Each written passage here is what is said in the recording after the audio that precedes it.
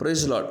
கடவுள் அப்படின்ற ஒரு வார்த்தையை கேட்டாலே நம்ம வெவ்வேறு விதமான மதங்களை குறித்து பேசுவோம், வெவ்வேறு விதமான வழிபாடுகளை குறித்து பேசி இது பெஸ்ட்டா, இது பெஸ்ட்டா, இது உண்மையா, இது பொய்யான்ற ஒரு சண்டைக்குள்ளே, போட்டிக்குள்ளே, பொறாமைக்குள்ளே தான் இந்த உலகம் நடக்கப்படுகிறதே தவிர, உண்மையாகவே கடவுள் அப்படின்ற வார்த்தைக்கான ஒரே ஒரு அர்த்தம் தான் சர்வ சிருஷ்டிக்கும் எஜமானர், இல்லை சிருஷ்டி கர்த்தா அப்படின்னு சொல்லலாம். அதாவது எல்லா படைப்புக்குமான காரணர், ரைட்? படைக்கப்பட்டவைகள் அல்ல, நம்ம எல்லாரும் படைத்தவர் தான் நமக்கு கடவுளாய் இருக்க முடியும். ஆனால் நான் கடவுளுக்கு ஒரு பேர் வச்சுட்டேன், நான் கடவுளை ஒரு விதமாக கூப்பிடுவேன், நான் கடவுளை ஒரு விதமாய் நான் தொழுகை செய்வேன், நான் கடவுளுக்கு ஒரு விதமாய் நான் ஆராதனை செய்வேன். அதை மட்டும்தான் எல்லாரும் செய்யணும் அப்படின்னு நான் எதிர்பார்க்குறேன், கட்டாயப்படுத்துகிறேன்.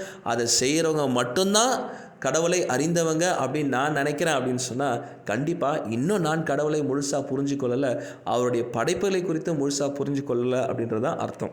ஏன்னா இங்கே பைபிளில் 1 கொரிந்தியர் 12ஆம் அதிகாரம் 5ஆம் வசனத்தில் ரொம்ப க்ளீனாக எழுதியிருக்கு, ஊழியங்களிலேயும் வித்தியாசங்கள் உண்டு, கர்த்தர் ஒருவரே. நம்ம ஒவ்வொரு விதமாக ஊழியம் செய்யலாம். கடவுள் எனக்கு ஊழிய பாரத்தை கொடுத்துருக்கிறாரு, நான் கடவுளுக்காக அவரை நேசிக்கிறதால அவருடைய வார்த்தைக்கு கீழ்ப்படிந்து நான் ஒரு ஊழியம் செய்கிறேன், கடவுளுக்காக நான் வேலை செய்கிறேன் அப்படின்னு சொல்லி ஒவ்வொருத்தர் ஒவ்வொரு விதமான வேலைகளை செய்யலாம். ஒவ்வொரு விதமான நன்மையான காரியங்களை கடவுளுடைய பெயரை சொல்லி அவருக்கு பிரியமானதை, அவருக்கு பிரியமாக நான் நடந்து கொள்ளணும்னு சொல்லி பல பேர் பல விதமான காரியங்களை செய்யலாம். ஆனால் நம்ம எத்தனை விதத்தில் செய்தாலும் இந்த அன்பை நமக்கு கொடுத்தவர் இது செய்யும்படியாய் நமக்கு கட்டளையிட்ட கடவுள் ஒரே ஒருத்தர் தான், ரைட்? அதை நம்ம புரிந்து கொள்ளணும்.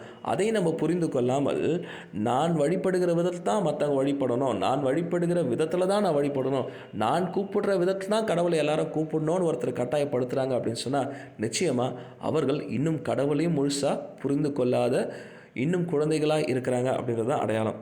ஏன்னா நம்ம கடவுளை தெரிஞ்சுக்கிறதுக்கும் புரிஞ்சுக்கிறதுக்கும் அவரை உணர்வோடு கூட அவருடைய அன்பை நம்ம புரிந்து நம்ம அவருக்கு ஊழியம் செய்கிறதுக்கு நமக்கு ஒரு டைமும் நமக்கு ஒரு காலமும் தேவைப்படுதுன்னா, நிச்சயமாக கடவுள் ஒவ்வொருத்தருக்கும் ஒவ்வொரு டைம் வச்சுருப்பார், ஒவ்வொரு விதத்தை வச்சுருப்பார். அதை நம்ம புரிந்து கொள்ளாமல் நான் இன்றைக்கி நம்பிட்டு அதனால் நீங்களும் நம்பித்தான் ஆகணும், நான் இன்றைக்கி புரிஞ்சுக்கிட்டு அதனால் நீங்களும் புரிஞ்சுக்கிட்டு தான் ஆகணும், நான் இன்றைக்கி புரிஞ்சுட்டதால் நான் இன்றைக்கி ஞானவான் ஆகிட்டேன், நீங்களாம் முட்டாளாக இருக்கிறீங்கன்னு சொல்லிட்டு நம்ம பிரித்து பார்க்குறோன்னு சொன்னால் நம்ம இன்னும் ஞானம் அடையலை அப்படின்னு தான் அர்த்தம். அதனால் வழிபாடுகளில் வித்தியாசம் இருக்கலாம், அவங்களுடைய விதிமுறைகளில் வித்தியாசம் இருக்கலாம், அவங்களுடைய ஊழியங்களில் வித்தியாசம் இருக்கலாம், ஆனால் இது எல்லாவற்றையும் நடப்பிக்கிற கடவுள் ஒருவர் தான். எந்த விதத்தில் நம்ம ஊழியம் செய்தாலும் அதுக்குரிய மகிமையும் கனமும் போய் சேர போகிறது ஒரே கடவுளுக்கு மட்டும்தான். அதை நம்ம புரிந்து கொண்டோன்னு சொன்னால் நம்ம உண்மையான நம்ம படைப்புக்கு காரணராய் இருக்கிறவரை நம்ம வணங்கவும், அவரால் படைக்கப்பட்ட ஒவ்வொரு படைப்பாக இருக்கிற ஒவ்வொரு மனுஷர்களையும் மதத்தின் அடிப்படையில் பிரித்து பார்க்காம மனுஷர்களாய் கடவுளுடைய பிள்ளைகளாய் பார்க்க கற்றுக்கொண்டாலே நம்ம உண்மையான ஊழியம் செய்கிறவர்களாய் மாறிவிடுவோம். Thank you and God bless you.